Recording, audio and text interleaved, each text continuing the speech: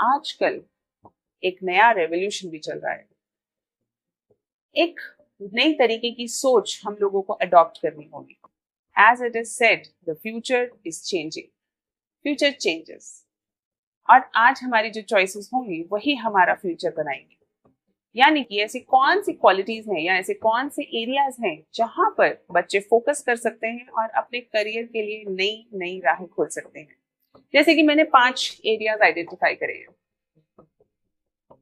एक first area is artificial intelligence, machine learning, digital marketing, data analytics. ये एक बहुत बड़ा फील्ड है। ये इतना बड़ा फील्ड है कि आगे चल के बहुत सारा जो जॉब निकलने वाली हैं या जो बहुत ज्यादा आगे चलकर एक रेवोल्यूशन सा आने वाला है वो एआई की फील्ड में आएगा या मशीन लर्निंग या डिजिटल की फील्ड में आएगा। We can say that we are in the midst of AI revolution.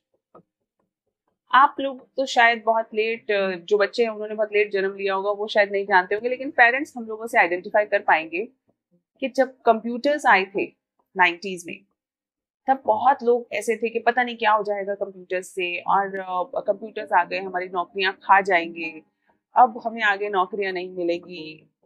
ऐसा ही कुछ एआई के साथ भी बहुत लोग अब सोचते हैं कि एआई आ जाएगा तो हमारी नौकरियां चली जाएंगी। लेकिन पता है सच क्या है? नौकरियां सिर्फ उनकी जाएंगी जिन्होंने एआई के लिए अपने आप को तैयार नहीं किया है। The people who are ready for the AI revolution, who have learned the AI and machine learning and digital and the internet platforms, they will survive and they will flourish. वो आगे बहुत बढ़ेंगे, उनका बहुत ज्यादा अपॉर्चुनिटीज उनके पास आएंगी।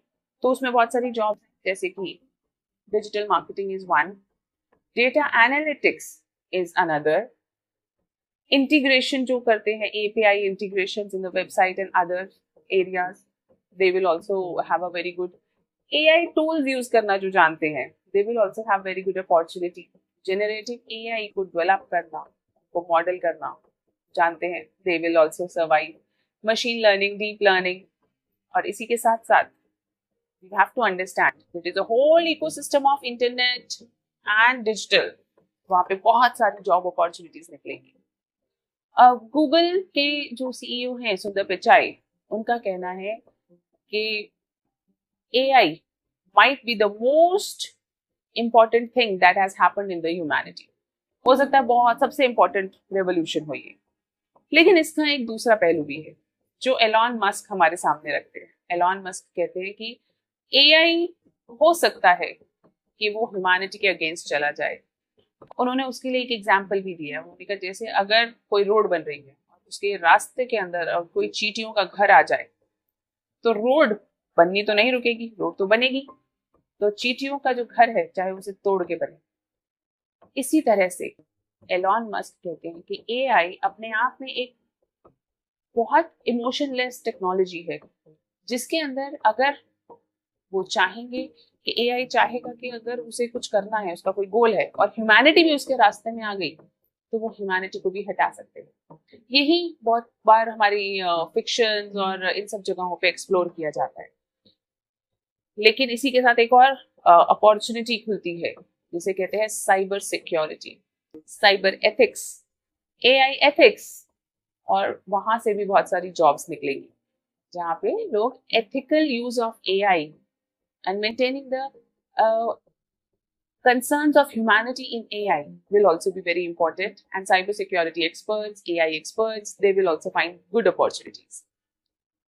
दूसरा जो हमारा फील्ड है और जो क्वालिटी होनी चाहिए, that is critical thinking. Critical thinking अपने आप में एक नया सोचने का नजरिया है। ये वो नजरिया है कि जिस तरीके से पहले सोचा जा चुका है उससे थोड़ा अलग, यानी कि एक नए नजरिए से प्रॉब्लम्स को देखना, एक नए नजरिए से हमारे इकोसिस्टम में जो प्रॉब्लम्स आ रही हैं उनको इवैल्यूएट करना और उनको करेक्ट करना। ये critical thinking is simply, if we can understand, it is the continuous effort to evolve. आप क्रिटिकली सोचिए क्या इससे बेहतर हम कर सकते हैं, कैसे हम इसको और बेहतर कर सकते हैं। यही एक तरीका है जिससे कि टेक्नोलॉजीज भी डेवलप होती है। एंटरप्राइज भी डेवलप होता है, ह्यूमन भी डेवलप होता है।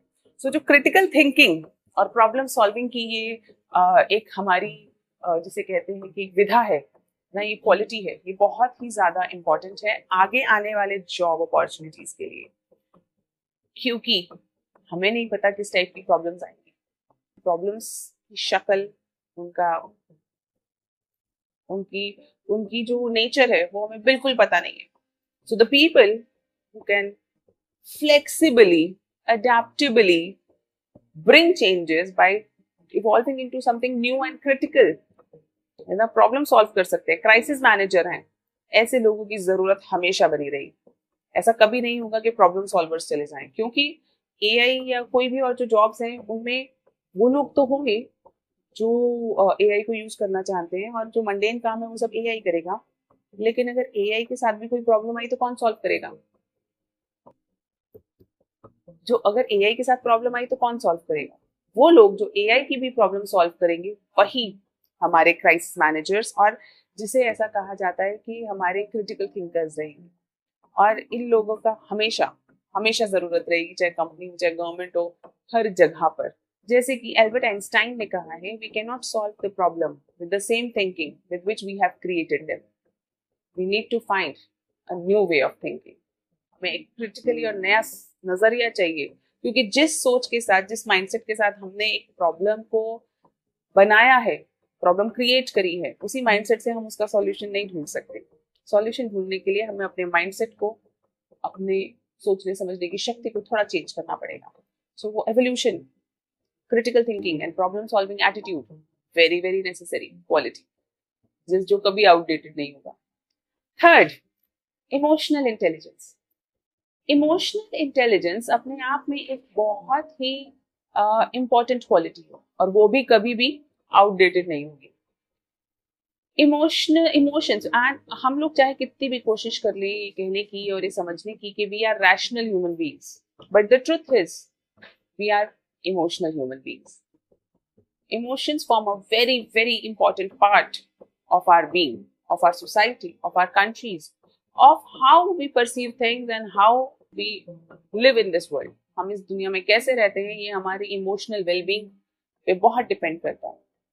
इसीलिए ऐसे लोग जो इमोशनली इंटेलिजेंट हैं वो कभी आउटडेटेड नहीं होंगे। एक एक थिंकर रहे हैं डैनियल गोलमैन, उन्होंने बहुत लिखा है इमोशनल इंटेलिजेंस पे। उनका कहना है, the ability to sense, understand and apply emotional intelligence in various fields can help improve our wellbeing. यानी कि अगर हम दूसरों के इमोशंस को सेंस कर सकते हैं, समझ सकते हैं कि वो उनके ये इमोशंस क्यों आ रहे हैं, उसके पीछे के कारणों को समझ सकते हैं, और हम उन इमोशंस को बेहतर मैनेज कर सकते हैं, फिर वो चाहे हमारे हों या किसी दूसरे की। तो अगर हम में ये क्वालिटी है तो हम ह्यूमन रिसोर्स को ज्यादा बेहतर तरीके से यूटिलाइज कर पाएंगे, हम उनको ज्यादा बेहतर तरीके से उनको खुश रख पाएंगे। तो जो भी ऐसे लोग हैं जो कि गवर्नमेंट में काम करते हैं या ऐसे पोजीशंस पे काम करते हैं जहाँ पे उन्हें बहुत सारे लोगों से डील करना पड़ता है, emotional intelligence is a quality which is very very necessary. और इमोशनली इंटेलिजेंट पीपल, ऐसा कहा भी जाता है कि हाई आईक्यू वालों से, लोगों से बहुत ज्यादा सक्सेसफुल हो जाते हैं, क्योंकि आज के जमाने में EQ is more important then IQ। EQ वाले बहुत लोग मिल जाते हैं, ऐसा होता है ना, बहुत बार आपने देखा होगा कि बहुत बच्चे ऐसे होते हैं कि इनको कहा जाता है कि अरे ये तो पढ़ाई में बहुत अच्छा है, लेकिन जब वो काम करने लगते हैं तो कभी टीम वालों से नहीं बन रही, या काम समझ नहीं आ रहा, या क्लाइंट्स को नहीं वो समझ पा रहे। तो ऐसी सिचुएशंस में वी हैव टू अंडरस्टैंड कि कई बार वो मीडियोकर बच्चा बहुत आगे निकल जाता है जो इमोशनली इंटेलिजेंट होता है। तो emotional intelligence is a very very very important quality. Then there is another quality which is adaptability and flexibility. We have to adapt. We have to quickly adapt ourselves to the new circumstances. जैसे कि अगर AI आया और AI वाली जो tools आ रही हैं, जो उनकी एफिशिएंसी आ रही है, अगर आप उसको अडॉप्ट करते हैं तो क्या ये आपके लिए आपके लिए नए दरवाजे नहीं खोलता, दरवाजे खोलता। यानी कि और उसी तरीके से गवर्नेंस चेंज हो रही है, मोड्स ऑफ कम्युनिकेशन चेंज हो रहे हैं, modes of doing lot of things have changed, the way we interacted, हम जिस तरह से इंटरैक्शन एक दूसरे के साथ करते थे वो बदल गया है।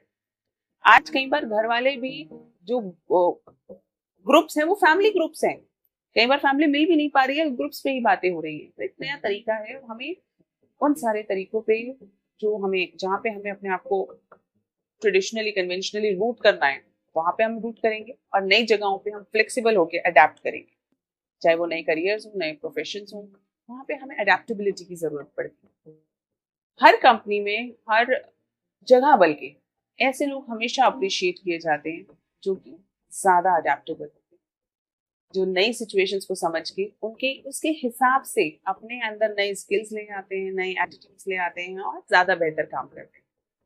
यहाँ पे एक बात समझने की है, when we are saying adaptable and flexible, we are not saying that one should be immoral.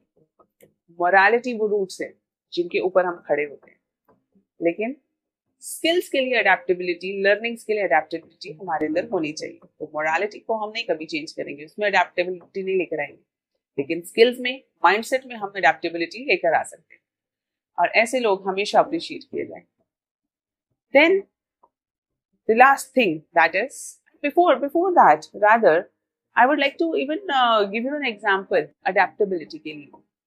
एक हमारे एंथ्रोपोलॉजिस्ट हुए हैं चार्ल्स डार्विन, आपने नाम सुना होगा, डार्विन थ्योरी, एवोल्यूशन थ्योरी। उन्होंने भी एक बार कहा कि सबसे शक्तिशाली स्पीशीज सबसे आगे बढ़े, है ना, सरवाइव करे, या फिर सबसे इंटेलिजेंट स्पीशीज सरवाइव करे, ऐसा जरूरी नहीं है। सरवाइव करने के लिए और आगे बढ़ने के लिए, इवॉल्व करने के लिए सबसे इंपॉर्टेंट क्वालिटी जो किसी स्पीशीज में होनी चाहिए वो है adaptability, that they should be able to adapt to their environment. The more you are able to adapt, the more you are able to survive and excel and evolve. और इसी से हमारा लास्ट पॉइंट निकल कर आता है, which is we will have to learn, unlearn and relearn. हमारी learnings रुकनी नहीं चाहिए, we should be continuously learning. हमने बहुत सारी चीजें स्कूल में सीखी, लेकिन जब हम कॉलेज में आए, जब हम हायर स्टडीज करने लगे, तो उसमें से बहुत सारी चीजें ऐसी थी जो हमें काम की नहीं लगी, और कई बार उसमें कुछ ऐसी चीजें पढ़ाई गई सिंप्लिसिटी के लिए जो शायद सही भी नहीं थी। जैसे एक एग्जाम्पल के तौर पे, जब हम छोटी क्लासेस में होते हैं तो हमें पढ़ाया जाता है कि धरती की शेप कैसी है, स्फेयर, स्फेयर यानी कि गोलाकार, अंडे जैसी शेप है उसकी, एकदम गोल गोल। लेकिन असलियत में जब आप हायर स्टडीज करेंगे ज्योग्राफी के अंदर, तो आपको रियलाइज होगा कि धरती की शेप तो जियोइड है। तो हम जब नए पद पे पहुंच रहे हैं, नए नए पेडेस्टल पे पहुंच रहे हैं, तो हमें अपनी पुरानी नॉलेज को कई बार अनलर्न करके रीलर्न, नई चीजों को रीलर्न करना पड़ेगा।